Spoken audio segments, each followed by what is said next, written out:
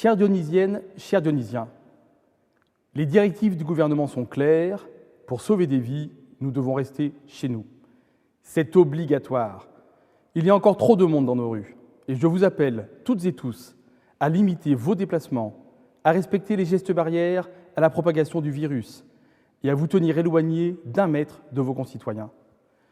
Depuis le début de cette crise sans précédent, la ville travaille en collaboration étroite et régulière avec la préfecture, les autorités sanitaires, les forces de police, pour appliquer les dispositions du gouvernement. Je vous appelle instamment et solennellement à en faire autant. Toute infraction est passible d'une amende de 135 €.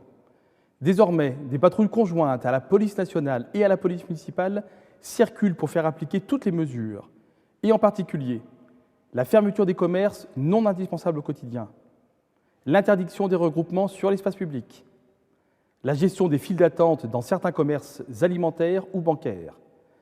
Afin de limiter les attroupements, les parcs et jardins clôturés sont fermés.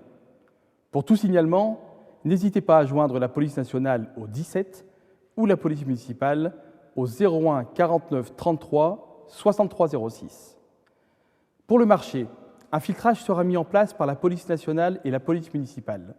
Didier Paillard, élu au commerce, se rendra demain sur place pour s'assurer du bon déroulement des opérations. Je vous demande aussi de ne pas vous précipiter dans les commerces alimentaires, y compris dans et à l'entrée des commerces. Vous devez respecter les gestes barrières et une séparation d'1 mètre. En cette période exceptionnelle, la ville est à vos côtés. Tout d'abord, nos centres municipaux de santé et nos PMI restent ouverts. Nous sommes aussi aux côtés de tous les professionnels de santé, en accueillant depuis lundi leurs enfants dans une école et dans une crèche de la ville. Nous sommes aux côtés de nos aînés et des plus fragiles.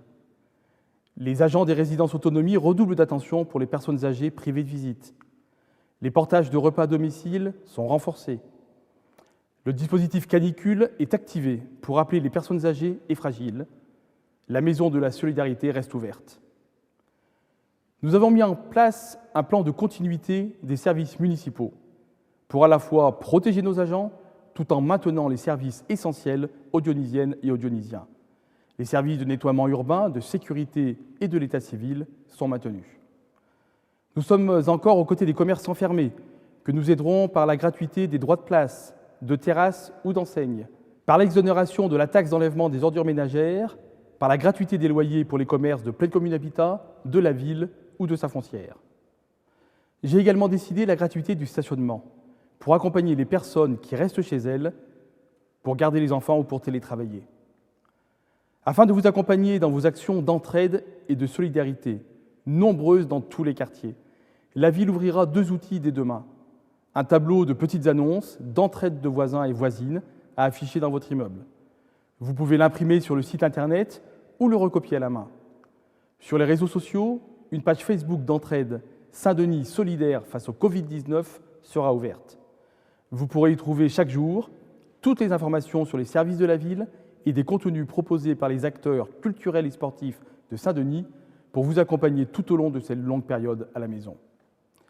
De manière générale, je vous invite à consulter régulièrement le site internet et les réseaux sociaux de la ville.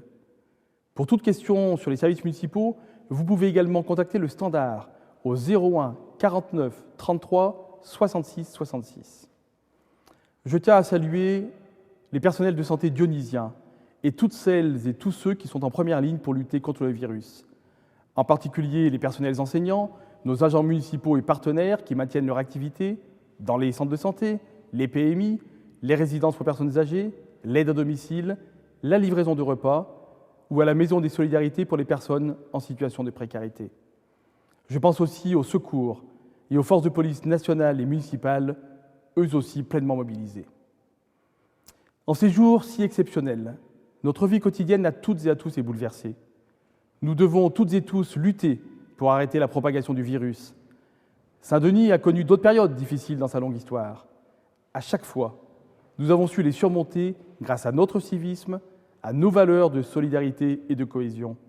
Je vous demande d'en faire une fois de plus la preuve.